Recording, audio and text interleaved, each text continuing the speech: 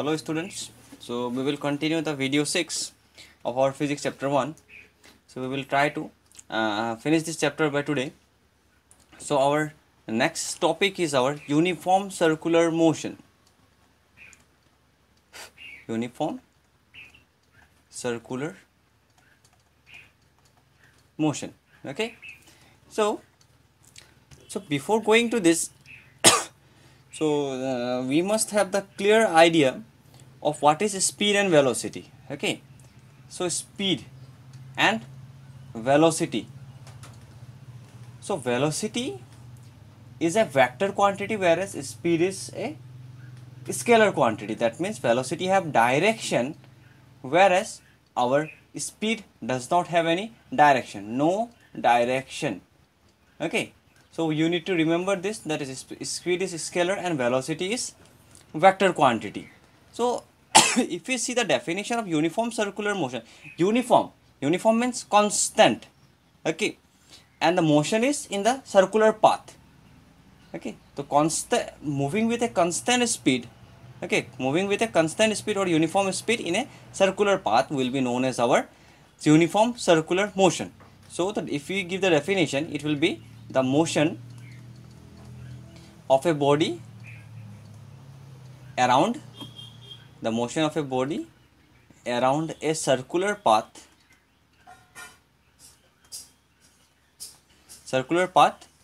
with uniform speed. Okay, uniform speed. Your speed is uniform, but you must remember that with variable velocity. At each point in the circular path, the direction will change. Okay, direction will not be fixed. That's why with variable velocity, velocity will vary because the direction will vary. That is it. We can say such that it is acted upon by a uniform acceleration. Uniform acceleration means if the motion of a body around a circular path with uniform speed but having different variable velocity, and also the body must be acted upon uniform acceleration, that is acceleration must be also uniform, then that type of motion is called our uniform circular motion. It's called circular motion or uniform circular motion. So if we see, suppose we have a thread, and at the end of the thread we tie one stone. Okay, so if we rotate with our hand, its motion will be circular motion. Okay, so here at this point at O, our hand will be there, and this is the stone. So if we rotate in the clockwise direction, so at every point the direction will change. Suppose at this point, suppose at A, the direction will be in this direction. At B, the direction will be this direction. At C, the direction will be in this direction. At D, the direction will be here. So at every point the direction changes. That's why we have said variable velocity. Velocity will change as the direction is also changed, and at every point it will be uniformly accelerated. Okay, so this type of motion is known as uniform circular motion, in which the body moves around a circular path with uniform speed or at constant speed but with different velocity, and the body will acted upon by a uniform acceleration. Okay, so you can see the difference comparison. Okay, so you need to write this comparison between uniform linear motion and uniform circular motion. Uniform circular motion. So if we make the table, so our uniform linear motion and uniform circular motion.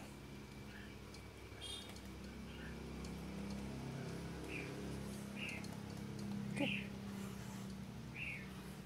So our first point, uniform linear motion. Here the speed of the body is constant quantity. Okay, and both in the uniform circular motion also the speed of the body will be constant quantity, both will be same. The speed of body is constant quantity, it will be also same. Okay, so you need to write this, you need to complete this. Okay, second point is the velocity of the body is constant, but here our velocity is constant quantity, but here our velocity is variable. Okay, so velocity is variable quantity. So I am just writing it, so you need to look write this from the book. Okay, so you need to write exactly which is given in the book. You can see page number 8. Okay, table, that comparison table at the bottom, you need to write it. Okay, from book, write it from book. Okay, third point is the acceleration of the body is 0. Here the acceleration is 0, but here the acceleration acts on the body. In uniform circular motion we can say that the uniform acceleration is acting on the body, acceleration acts on the body. And the fourth point is the no external force is required. Okay, no external force is required, but here external force is required to change the direction of the stone at every point, because we are rotating the stone which is tied over a thread, and which we are rotating with our fist or hand. Okay, so at every point we are changing the direction. Okay, so here our some external force is required. Okay, so external force is required to change the direction. Okay, so now we have two type of force, and we have to remember the two type of force and their formula also. So our next is our centripetal force. Centripetal force. Okay, so when a body moves along a circular path with a uniform speed, it covers equal distance in equal interval of time. We know this. Okay, suppose when a body moves along a circular path with a uniform speed means the speed is constant.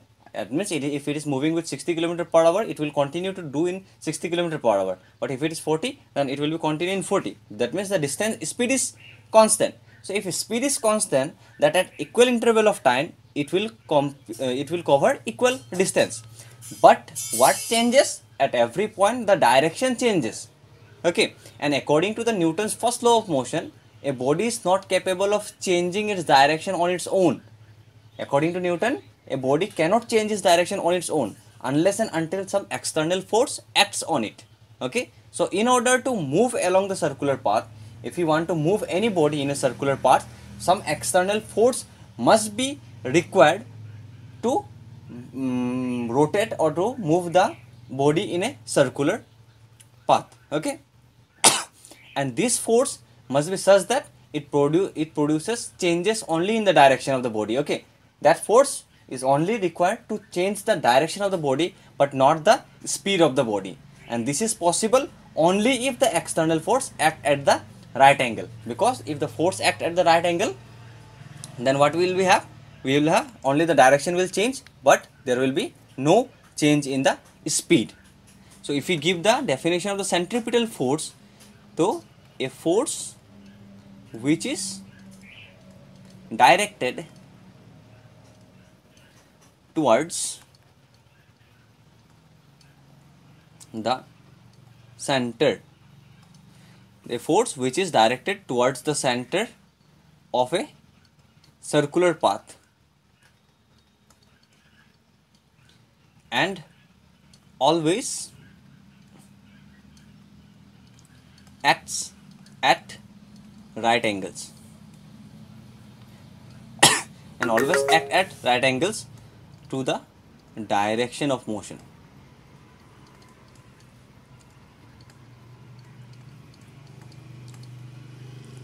Along the circular path.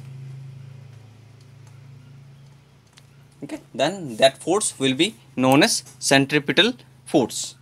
Okay, centripetal force, this type of force always acts towards the center of the circular path.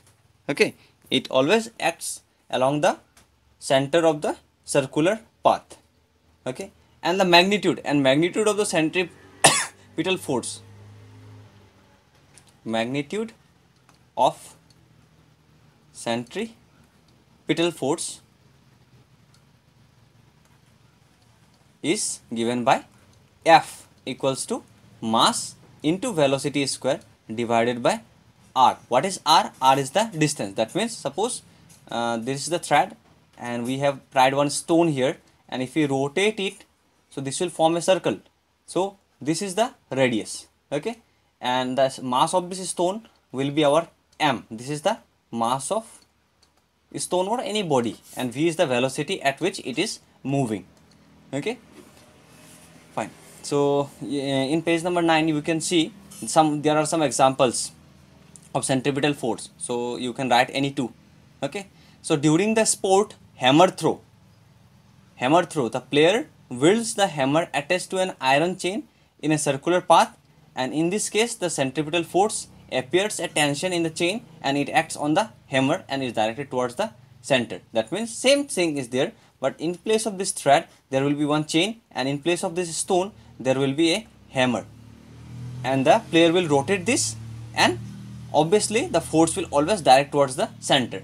Similarly, you can say the motion of the planets, the movement of the planets around the sun is nearly in circular path. Generally it is an elliptical path. Okay, so we can take it as a circular path, and it because of the gravitational force of the sun which acts on the planet. Okay, and it provides necessary centripetal force. And similarly you can see the electrons revolve around the nucleus of an atom which is positively charged, and it because of the electrostatic force of positive charge, the nucleus always act on the electron and provides necessary centripetal force. Okay. So our final topic is the centrifugal force. Centrifugal force. First one was our centripetal. This is the centrifugal force. So centripetal force always acts towards the center of the circular path, but centrifugal force, it always acts away from the center of the circular path. That means if you are rotating the stone with our hand, the force is acting at our hand, because force is acting on our hand to make the stone move in a circular path. That is our centripetal force, and the force acting on the stone. Okay, the stone is, we can say, it is pulling our hand. Okay, the stone is pulling our hand.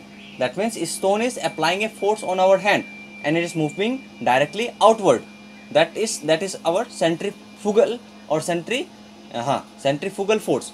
But our hand is making a force or applying a force on the stone and we are making the stone to move in a circular path, and it is directed towards the center, and that is called our centripetal force. Okay, so in the centrifugal force, it is the force acting on a body, away from the center. Okay, away from the center of its circular path. It's called centrifugal force. Okay, so if we see some examples, first one is when the hammer throw release the chain, the hammer moves tangentially to the circular path. If we throw it, the hammer will move outward. Okay, then we can see the example number 2, page number 9. You can see the page number 9. And dryer in the washing machine throws water out. That means the dryer in the washing machine, when it rotates, the water goes outside. That means it is the centrifugal force acting on the cloth, wet clothes. That's why the water is coming out of the wet cloth. And you can see the third example, that is the mud flies off of the vehicle of wheel due to centrifugal force. That means when in the rainy season, when you ride bicycle or car, the muds attached to the tire, and if when it rotates at the end, what we see, that the mud flies off from the tire. That is due to the centrifugal forces. Okay, so in page number 9 you have to write another thing. These 3 will be homework, you can write it from the book, and another homework is write the differences. Okay, differences between centripetal and centrifugal force. So make the column, then write it. Okay, point wise. So you do this. After that, we will, in the next video, we will discuss chapter exercise 1. I think exercise 1 will be easier to solve, and just I will mainly focus on, because all the definitions given in exercise 1 can be found from book, and the numerical problem I will try to solve the numerical problems. Okay, thank you. In the next video we will discuss about the problems in the exercise, numerical as well as the theoretical one.